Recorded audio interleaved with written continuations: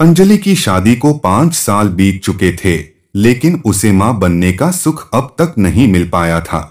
फिर मां के बताने पर वह बाबा के पास गई। वहां जाने से अंजलि पेट से हो गई। ऐसा क्या चमत्कार किया उस बाबा ने? बच्चा न ठहरने के चलते अंजलि को अक्सर मोहन के ताने भी सुनने पड़ रहे थे। इसलिए वह कुछ दिनों के लिए मायके में अपनी मां के पास चली आई। मां को जब इसकी वजह पता चली तो उसने अंजलि से कहा कि वह एक पहुंचे हुए बाबा को जानती है, जो बहुत सी औरतों की गोद हरी कर चुके हैं। अंजलि झाड़ फूंक करने वाले बाबाओं और पीरफकीरों पर जरा भी यकीन नहीं करती थी, इसलिए उसने मां को साफ मना कर दिया। मां ने उससे कहा कि अगर वह बाबा के पास नहीं जाना चाहती है तो अपने पति के घर वापस लौट जाए। जब अंजलि ने मोहन से बात की तो उसने कहा कि वह उससे तलाक लेना चाहता है, क्योंकि उसे बच्चा नहीं हो रहा है।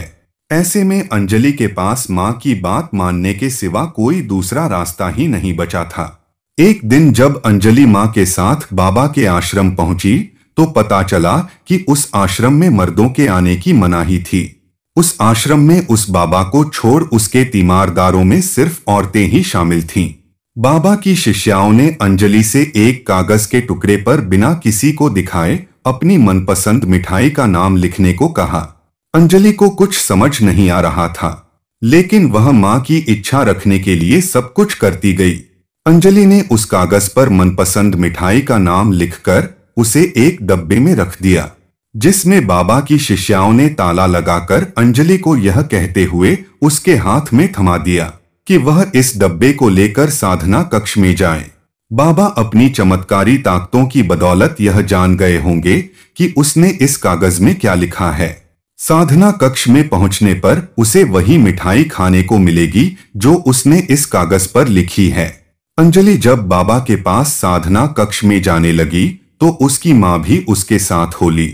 बाबा ने अंजलि को वही मिठाई खाने को दी जो उसने उस कागज पर लिखी थी, तो वह हैरान रह गई, क्योंकि अंजलि के सिवा किसी को भी यह नहीं पता था कि उसने उस कागज पर क्या लिखा है। उसने बहुत दिमाग दौड़ाया, लेकिन गुत्थी सुलझी नहीं। समस्या जानकर बाबा ने अंजलि से कहा, अगर तुम पेट से होना चाहती हो तो तुम्हें रात भर इस कमरे में अकेले ही रहना होगा, क्योंकि यह मेरा साधना कक्ष है। इस कक्ष में सोने से तुम्हारी गोद यकीनन हरी हो जाएगी। अंजलि को इस कमरे में अकेले रात बिताने पर एतराज था। इस पर बाबा ने कहा, इस कमरे में कोई और दरवाजा नहीं है और तुम अकेली ही रहोगी। तुम इस कमरे में अपने साथ लाए गए ताले को लगा लेना, जिसकी एक चाबी तुम्हारी मां के पास रहेगी। कमरे में किसी के घुसने का सवाल ही नहीं उठता है। अंजलि बेमन से कमरे में रात बिताने को तैयार हुई। बाबा और उसकी मां जब कमरे से बाहर निकलने लगे तो बाबा बोला, अंजलि, जो प्रसाद मैंने तुम्हें दिया है उसे अभी खा लो। अंजलि ने मिठाई खा ली। बाबा ने बाहर निकलने के बाद कमरे में ताला लगाकर चाबी अंजलि की मां को दे दी। उधर मिठाई खाने के बाद अंजलि पर अजीब सी खुमारी छाने लगी थी। वह अपनी सुध-बुध खोने लगी थी और उसकी नींद तब खुली जब दूसरे दिन की सुबह उसकी मां ने बंद कमरे का दरवाजा खोला। अंजलि कमरे से बाहर निकलते समय सोच रही थी कि उस मिठाई में ऐसा क्या था जिसे खाने के बाद उसे अजीब सी खुमारी छा गई, और इसके बाद क्या हुआ उसे पता नहीं चला। लेकिन वह बेफिक्र भी थी, क्योंकि उस कमरे की चाबी उसकी मां के पास थी और कमरे में घुसने का कोई दूसरा दरवाजा भी नहीं था। अंजलि को बाबा के आश्रम से लौटे 2 महीने बीत चुके थे कि एक दिन अचानक उसे उल्टियां होने लगीं। उसने अपने डॉक्टर दोस्त रमेश से जब चेकअप कराया तो पता चला कि वह पेट से है। डॉक्टर रमेश की बात का अंजलि को यकीन ही नहीं हुआ, क्योंकि उसे पति से अलग हुए 5 महीने से ऊपर बीत चुके थे। फिर वह पेट से कैसे हो सकती है?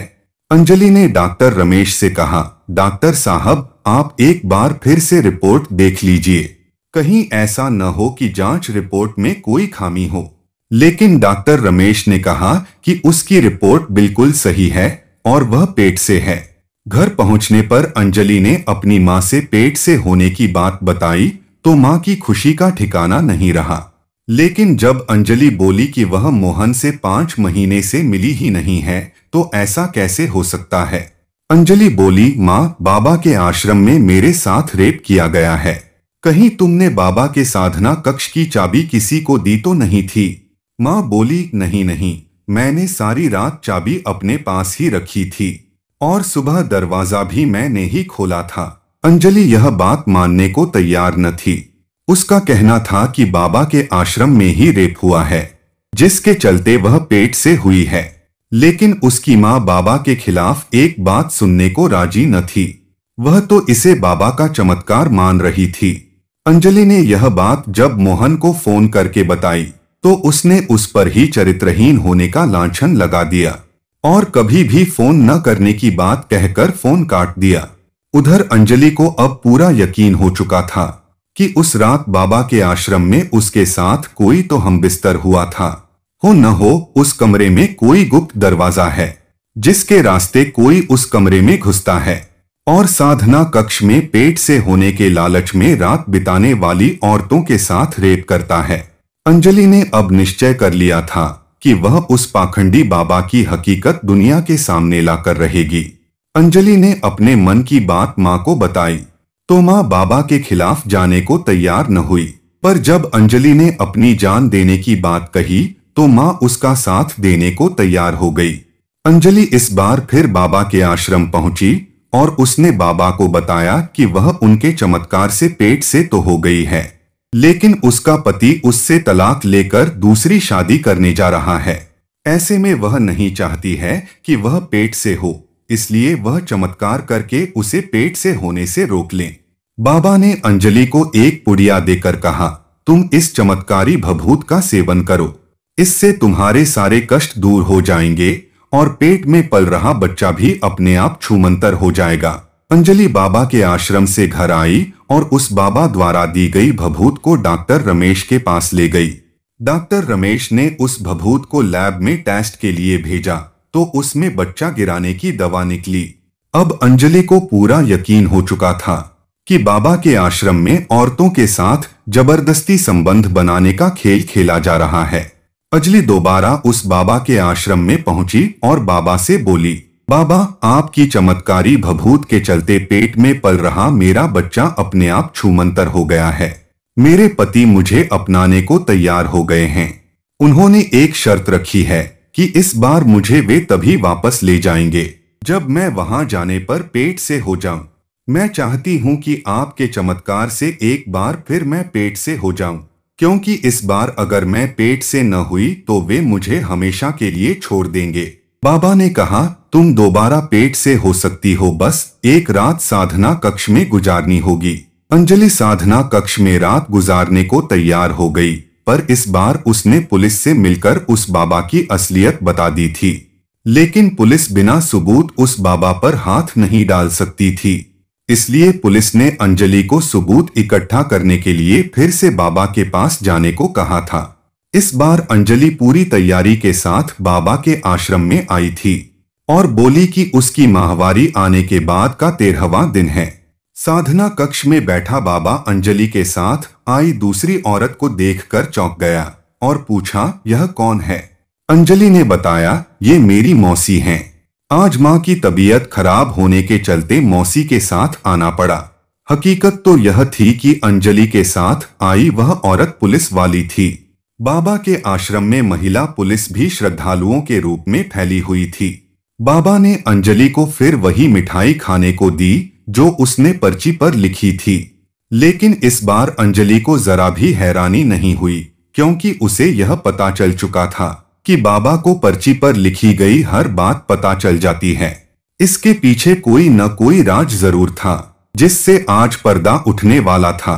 अंजलि इसी सोच में डूबी थी कि बाबा की आवाज उसके कानों में गूंजी, अब तुम रात बिताने को तैयार हो जाओ और मिठाई खाकर आराम करो। इतना कहकर बाबा बाहर चला आया और अंजलि के साथ आई मौसी से साधना कक्ष में ताला लगवाकर अपनी आरामगाह में चला गया। साधना कक्ष में बंद अंजलि ने इस बार बाबा की दी हुई मिठाई नहीं खाई। वह बाबा का हर राज जान लेना चाहती थी। उसने जब कमरे को बारीकी से देखा तो ऐसा कुछ नजर नहीं आया जिससे उस कमरे में आने के दूसरे रास्ते के बारे में पता चल पाए। तभी अंजलि की नजर बाबा के साधना कक्ष के कोने में रखी अलमारी पर गई। उसने जैसे ही अलमारी के दरवाजे का हैंडल पकड़कर खोला तो दरवाजा खुल गया। यह देखकर अंजलि चौंक गई, क्योंकि वह नाम मात्र की अलमारी थी। इस कमरे में घुसने का एक खुफिया दरवाजा था, जो दूसरे कमरे में जाकर खुलता था। बगल वाले कमरे में एक बड़ी सी स्क्रीन लगी हुई थी, जो पूरे आश्रम का नजारा दिखा रही थी। तभी अंजलि की नजर एक छोटी सी स्क्रीन पर गई। उसने उस स्क्रीन पर चल रहे नजारों में जो देखा, उसके बाद उसे पर्ची पर लिखी हर बात के बारे में बाबा को पता चल जाने का सारा राज समझ में आ गया था। क्योंकि जहां पर बैठकर औरतें अपनी मनपसंद मिठाई का नाम लिखती थीं, वहां आसपास छिपा हुआ कैमरा लगा था। बाबा इस कमरे में बैठकर जान लेता था कि किसने कौन सी मिठाई का नाम लिखा है। फिर उसमें वह बेहोशी की दवा मिलाकर खुफिया दरवाजे से साधना कक्ष में आ जाता था। अंजलि को उस कमरे में तरह तरह की मिठाइयां एक फ्रिज में रखी हुई भी मिल गई थीं। तभी उसे बगल के कमरे से कुछ खटपट की आवाज सुनाई दी। वह समझ गई कि इस कमरे में बाबा के आने का समय हो गया है। वह बड़ी सावधानी से साधना कक्ष में लौट आई। वह अपने साथ आई महिला पुलिस को फोन करना नहीं भूली। अंजलि साधना कक्ष के बिस्तर पर बेहोशी का नाटक करके पड़ी थी। बाबा साधना कक्ष में आ चुका था। अंजलि सब कुछ कनखियों से देख रही थी। बाबा अपने कपड़े उतार चुका था। वह अंजलि के ऊपर झुकने ही वाला था कि अंजलि का झन्नाटेदार थप्पड़ बाबा के कान पर पड़ा। बाबा खुद को संभालते हुए अंजलि पर झपटा, लेकिन अंजलि का पैर बाबा के अंग वाले हिस्से पर पड़ा और वह गश खाकर गिर गया। अंजलि जोर से चिल्लाई। इसी के साथ कमरे का दरवाजा भड़ाक से खुल गया और एक साथ कई पुलिस वाले कमरे में धड़धड़ाते हुए घुस आए। बाबा खुद को संभालते हुए खुफिया दरवाजे की तरफ लपका। पुलिस वाले भी उसे पकड़ने के लिए उस तरफ लपके, लेकिन तब तक बाबा कहां छूमंतर हो गया पता ही नहीं चला। पुलिस चारों तरफ से आश्रम को घेर चुकी थी, लेकिन बाबा आश्रम में कहीं नहीं मिला। तभी आश्रम की एक साध्वी ने जो बताया, उससे पुलिस वाले भी चौंक गए। उस साध्वी ने बताया, मेरी बहन भी इस बाबा के चक्कर में पड़कर इसकी शिष्या बन गई थी, लेकिन वह एक दिन बाबा का राज जान गई और उसने बाबा की सारी करतूतों का वीडियो भी बना लिया था। तभी बाबा को यह बात पता चल गई और उसने मेरी बहन को गायब करा दिया। तब से मैं अपनी बहन की खोज में यहाँ पर बाबा की शिष्या बनकर उसके खिलाफ सबूत इकट्ठा कर रही हूँ। इसी दौरान आश्रम में बनाए गए खुफिया ठिकानों के बारे में भी मुझे पता चला। बाबा ने आश्रम के अंदर एक खुफिया कमरा बना रखा है, जिसमें वह खुद के खिलाफ जाने वालों को न केवल कैद करता है, बल्कि उनकी हत्या करके उन्हें वहीं दफना भी देता है।